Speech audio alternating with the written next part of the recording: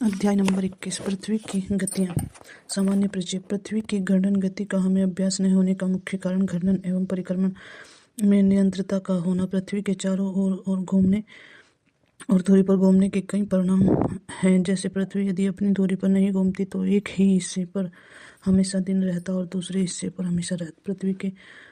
पृथ्वी के चारों ओर घूमने से ही मौसम परिवर्तित होता है। अतः इन सब प्रमाणों को सिद्ध होता है कि पृथ्वी सूर्य के चारों ओर एवं अपनी धुरी पर सतत रूप से घूमती रहती है। दूसरे ग्रहों की भांति पृथ्वी अपने अक्ष पर लगातार घूमती रहती है। अक्ष उत्तरी ध्रुव एवं उत्तरी ध्रुव को मिलाने वाली काल्पनिक रेखा है जिसके सहारे पृथ्वी घूर्णन करती है। पृथ्वी के परिक्रमण कक्ष द्वारा निर्मित तथा पृथ्वी के केंद्र से गुजरने वाले तल को कक्षीय तल तथा कक्षीय सतह कहते हैं। पृथ्वी अपने अक्ष पर 23.5 डिग्री झुकी हुई है और इसका अक्ष इसके कक्षीय तल से 66.5 डिग्री का कोण बनता है।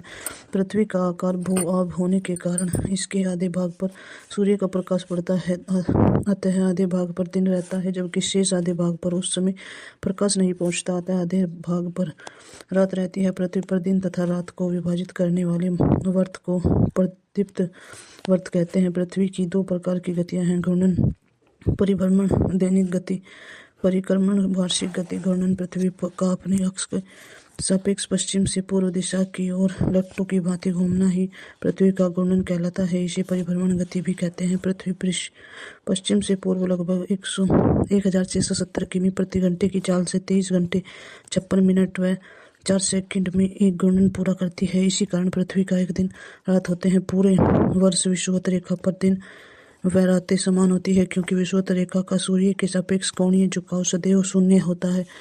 घूर्णनतः दैनिक गति के प्रभाव एक दिन और रात का होना, सूर्य, चंद्रमा और अंतरिक्ष में उपस्थित अन्य पिंड पूर्व से पश्चिम की ओर पृथ्वी के चारों ओर घूमते दिखाई पड़ते हैं। हवा और धाराओं की दशा का बदलना घूर्णन गति के प्रभाव से कोरियोलिस बल की उत्पत्ति होती है, जिसके कारण उत्तरी गोलार्ध में पवनें अपनी दाईं ओर से तथा दक्षिणी गोलार्ध में अपनी बाईं ओर मुड़ जाती है।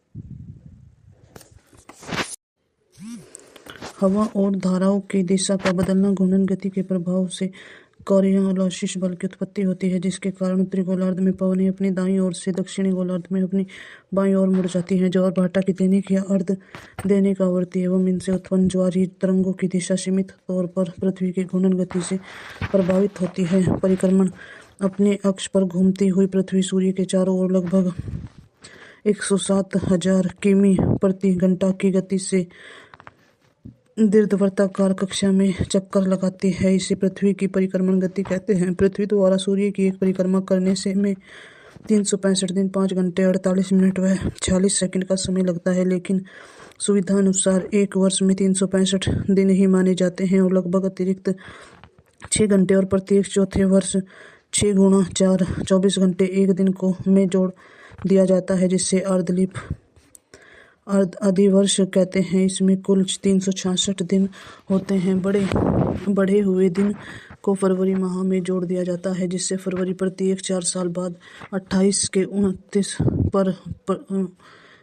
28 के स्थान पर 29 दिन की हो जाती है। परिक्रमण वार्षिक गति के प्रभाव दिन रात का छोटा और बड़ा होना, ऋतु परिवर्तन, कर्क और मकर रेखाओं का निर्धारण, सूर्य की किरणों का सीधा और तिरछा चमकना, विषुवत तथा उपसौर एवं अपसौर की स्थिति का होना, ध्रुवों पर 6 माह का दिन 6 माह की रात होना, ऋतु परिवर्तन। अपने अक्ष पर झुकी हुई पृथ्वी पर सूर्य की परिक्रमा करती तो एक ही स्थान पर अलग अलग समय में सूर्य की किरणों का झुकाव अलग अलग होता है। भिन्न झुकाव के कारण सूर्य की किरणों के ताप का वितरण बदलाव रहता है। इसी परिवर्तन के कारण समय के साथ उस स्थान पर गर्मी अथवा सर्दी की ऋतु बन जाती है। पृथ्वी के परिक्रमण में 4 मुख्य अवस्थाएं आती हैं, जो निम्न हैं। 21 जून की स्थिति। 21 मार्च के बाद सूर्य उत्तरायण होने लगता है। सफलता उत्तरी गोलार्ध में दिन की अवधि बढ़ने लगती है, जिसमें ग्रीष्म ऋतु का आगमन होता है। 21 मार्च से सूर्य उत्तरी ध्रुव को प्रकाशित करना प्रारंभ कर देता है और 23 सितंबर तक उत्तरी ध्रुव प्रकाशित होता रहता है। इसलिए उत्तरी ध्रुव पर लगातार 6 महीने का दिन होता है। 21 मार्च से 21 जून की अवधि को उत्तरायण कहते हैं। 21 जून को सूर्य कर्क रेखा 23.5 उत्तरी अक्षांश पर लंबवत होता है। इस दिन उत्तरी गोलार्ध में दिन सबसे बड़ा तथा रात सबसे छोटी होती है। इस स्थिति को ग्रीष्म अयनांत या उत्तर अयनांत भी कहते हैं। इस स्थिति में पृथ्वी का दक्षिणी ध्रुव लगातार 6 महीने तक अंधेरे में रहता है। फलतः दक्षिणी ध्रुव पर शीत ऋतु होती है। 22 दिसंबर की स्थिति 23 सितंबर से 21 मार्च तक पृथ्वी का दक्षिणी ध्रुव प्रकाशित होता रहता है।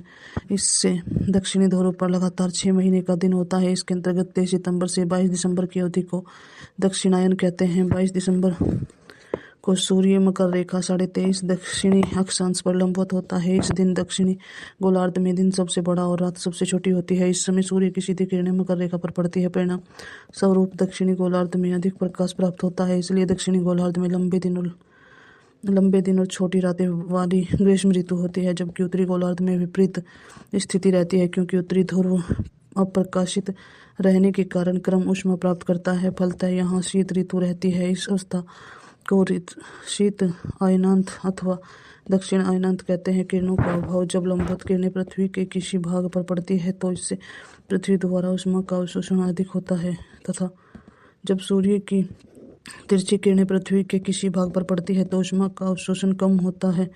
विदित है कि दोपहर अधिक गर्म और सुबह व शाम में कम गर्मी होती है, क्योंकि दोपहर में सूर्य की किरणें सतह पर सीधी पड़ती है, जबकि सुबह व शाम को तिरछी पड़ती है। 21 मार्च एवं 23 सितंबर विषुवत की स्थिति।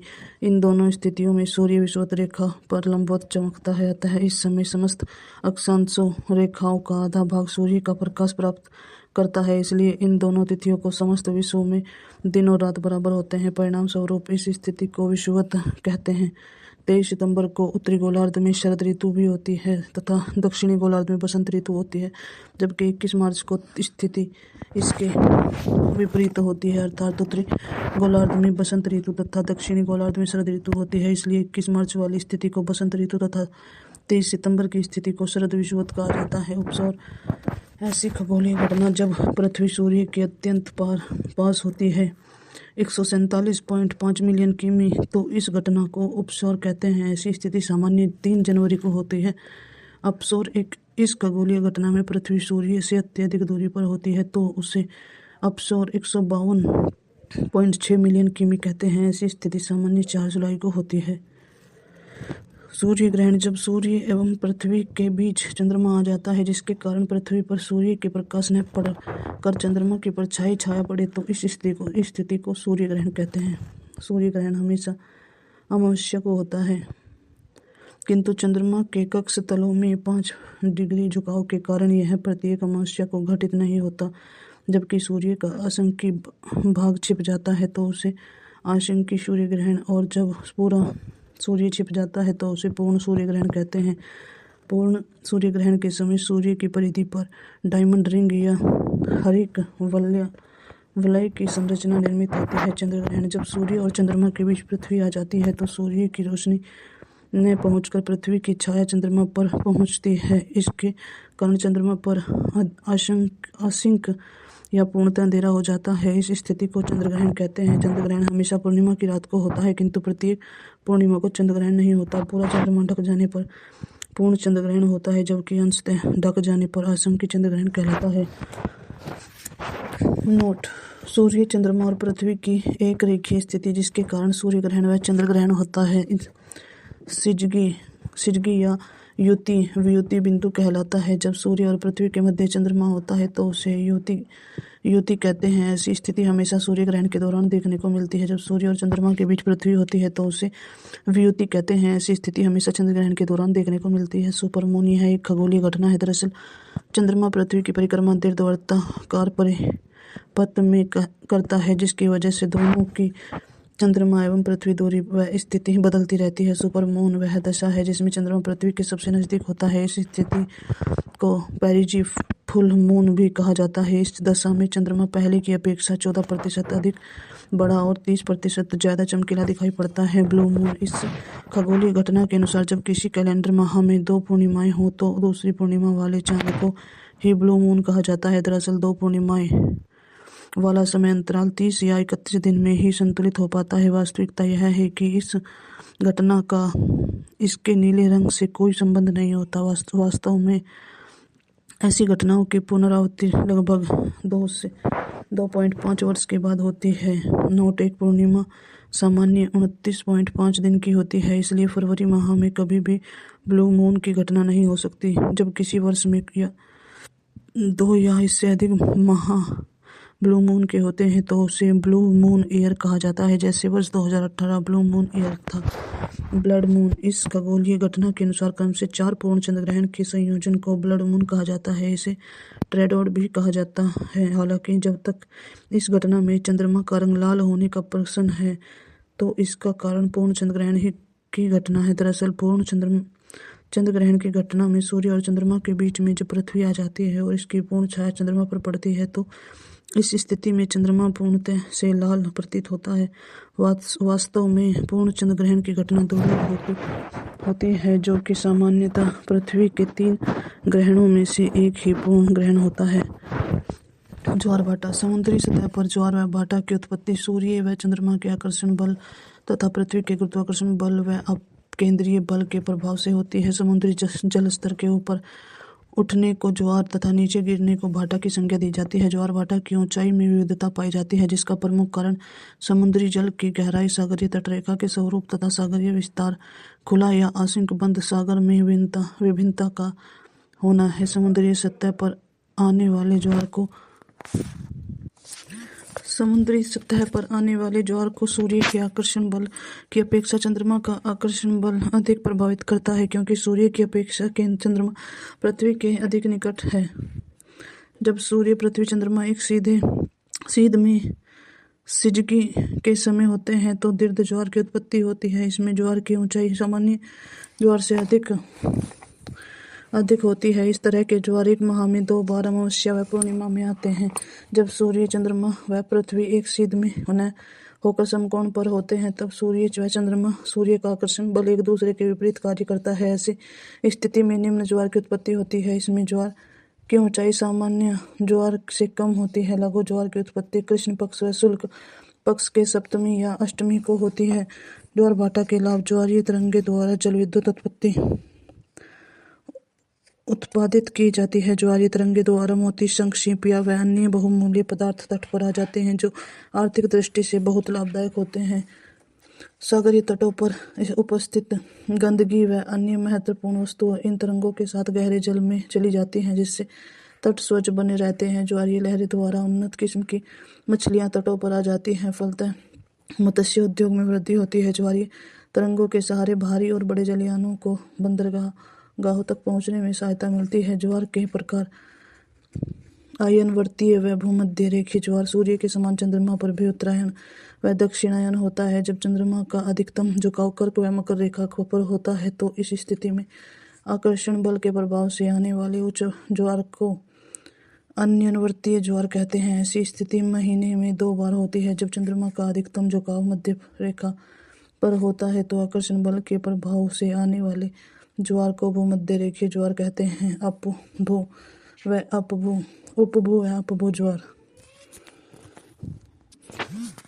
जब चंद्रमा दीर्घवृत्ताकार कक्षा के सहारे पृथ्वी की परिक्रमा करता है। जब चंद्रमा पृथ्वी के निकटतम दूरी उपभू स्थिति पर होता है तो ऐसी स्थिति में आकर्षण बल के प्रभाव से आने वाले ज्वार को अपभू ज्वार कहते हैं। जब चंद्रमा पृथ्वी से अधिकतम दूरी पर अपभू स्थिति होता है तो ज्वार उत्पादक बल का प्रभाव कम होने से लघु ज्वार की उत्पत्ति होती है, जिसे अपभू ज्वार की संज्ञा दी जाती है। दैनिक, अर्धदैनिक व मिश्रित ज्वार। किसी स्थान पर एक दिन में एक उच्च एवं एक निम्न ज्वार आता है। उच्च एवं निम्न ज्वारों की ऊंचाई समान होती है तो उसे दैनिक ज्वार कहते हैं। किसी स्थान पर एक दिन में 2 उच्च एवं 2 निम्न ज्वार आते हैं। 2 लगातार उच्च एवं निम्न ज्वार की ऊंचाई लगभग समान होती है, उसे अर्धदैनिक ज्वार कहते हैं। ऐसे ज्वार जिनकी ऊंचाई में भिन्नता होती है उसे मिश्रित ज्वार कहा जाता है। ये ज्वार सामान्यतः उत्तरी अमेरिका के पश्चिमी तट एवं प्रशांत महासागर के उत्तर बहुत से द्वीप समूहों पर उन्नत होते हैं। नोट: विश्व में सर्वाधिक ऊंचाई ज्वार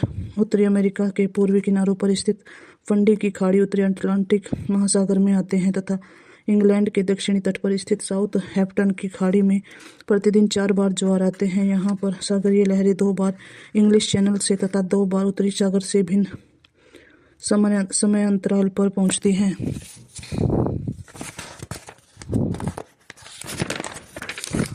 ज्वारीय समय प्रत्येक स्थान पर सामान्यतः दिन में 2 बार ज्वार आता है। प्रत्येक ज्वार की उत्पत्ति हर 12 घंटे के अंतराल पर होनी चाहिए, किंतु ऐसा नहीं है। चंद्रमा में घूर्णन व परिक्रमण तथा पृथ्वी की घूर्णन अवधि में अंतर होने के कारण प्रतिदिन ज्वार लगभग 26 मिनट की देरी से आता है। पृथ्वी के घूर्णन के दौरान जब ज्वार केंद्र का एक चक्कर पूरा कर लेती है तो चंद्रमा उस केंद्र से थोड़ा आगे निकल चुका होता है, जिससे ज्वार केंद्र को चंद्रमा के सम्मुख पहुंचने में 52 मिनट का अतिरिक्त समय लगता है। अर्थात एक ज्वार केंद्र को पुनः चंद्रमा के सम्मुख आने में 24 घंटे 52 मिनट का समय लगता है। इसी कारण ज्वार केंद्र के विपरीत भाग पर ज्वार की उत्पत्ति 26 मिनट की देरी के उपरांत उत्पन्न होती है। अभ्यास प्रश्न: उत्तरी गोलार्ध में वर्ष का सबसे लंबा दिन आमतौर पर कब होता है? जून महीने का पहला पखवाड़ा, जून महीने का दूसरा पखवाड़ा, जुलाई महीने का पहला पखवाड़ा, जुलाई महीने का दूसरा पखवाड़ा। उत्तर बी, जून महीने का दूसरा पखवाड़ा। जून की 21वीं तारीख को सूर्य उत्तर ध्रुवव्रत पर क्षितिज के नीचे नहीं डूबता है, दक्षिणी ध्रुवव्रत पर क्षितिज के नीचे नहीं डूबता है। मध्य से भूमध्य पर ऊर्ध्वाधर रूप से यमोस्त चमकता है। मकर रेखा व ऊर्ध्वाधर रूप में व्योमस्त चमकता है। उत्तर 2 ए, उत्तरी ध्रुवव्रत पर क्षितिज के नीचे नहीं डूबता है। महासागरों और समुद्रों में ज्वार भाटा किसके कारण होते हैं? सूर्य का गुरुत्वाकर्षण बल, चंद्रमा का गुरुत्वाकर्षण बल, पृथ्वी का अपकेंद्रीय बल। नीचे दिए गए कोट पर प्रयोग कर सही उत्तर दीजिए। केवल 2 और 3, केवल 1 और 3 डी 1 2 3 डी 1 2 3। अलग अलग ऋतुओं में दिन समय और रात्रि समय के विस्तार में विभिन्नता किस कारण से होती है? पृथ्वी का अपने अक्ष पर घूर्णन, पृथ्वी का सूर्य के चारों ओर दीर्घवृत्तीय रीति में परिक्रमण, स्थान की अक्षांश स्थिति, पृथ्वी का नत अक्ष का प्रतिपादन। नंबर डी, उत्तर डी, पृथ्वी का नत अक्ष का परिक्रमण। दक्षिणी गोलार्ध में हवा का बाईं ओर विक्षेपित होने का क्या कारण है? 5 ए, दबाव, तापमान, कॉरियोलिस बल, चुंबकीय क्षेत्र। उत्तर सी, कॉरियोलिस बल। निम्नलिखित में से कौन सा कथन सही नहीं है? सूर्य, पृथ्वी और चंद्रमा की 180 कोण की एक सीधी रेखा की स्थिति युति वियुति बिंदु सिंचकी कहलाती है। युति वियुति बिंदु संयोजन सूर्य ग्रहण का कारण है। युति वियुति बिंदु प्रतिकूलता चंद्र ग्रहण का कारण है। युति वियुति बिंदु संयोजक केवल उपसौर के समय होता है। उत्तर सी, उत्तर डी, युति बिंदु संयोजक केवल उपसौर के समय होता है। मौसम बदलने का क्या कारण है? पृथ्वी का अपनी धुरी पर घूमना एवं सूर्य के चारों ओर घूमना, पृथ्वी का सूर्य के चारों ओर चक्कर लगाना, पृथ्वी का सूर्य के चारों ओर चक्कर लगाना व अपने अक्ष पर झुका होना, पृथ्वी का अपनी धुरी पर चक्कर लगाना व अपने अक्ष पर झुका होना। उत्तर सी, पृथ्वी का सूर्य के चारों ओर चक्कर लगाना व अपने अक्ष पर झुका होना। चंद्र ग्रहण होता है जब पृथ्वी और सूर्य के बीच चंद्रमा आ जाता है। सूर्य और चंद्रमा के बीच पृथ्वी आ जाती है। पृथ्वी और चंद्रमा के बीच सूर्य आ जाता है। सूर्य और चंद्रमा एक ही स्थान पर होते हैं। उत्तर बी, सूर्य और चंद्रमा के बीच पृथ्वी आ जाती है। निम्नलिखित तिथियों में से किस में दोपहर को आपकी छाया आपकी छाया सबसे छोटी होती है? 25 दिसंबर, 21 मार्च, 21 जून, 14 फरवरी। उत्तर सी, 21 जून। अभ्यास प्रश्न मुख्य परीक्षा: अपभू व उपभू ज्वार को परिभाषित कीजिए। पृथ्वी के घूर्णन व परिक्रमण द्वारा पड़ने वाले प्रभाव को संक्षेप में व्याख्या करें।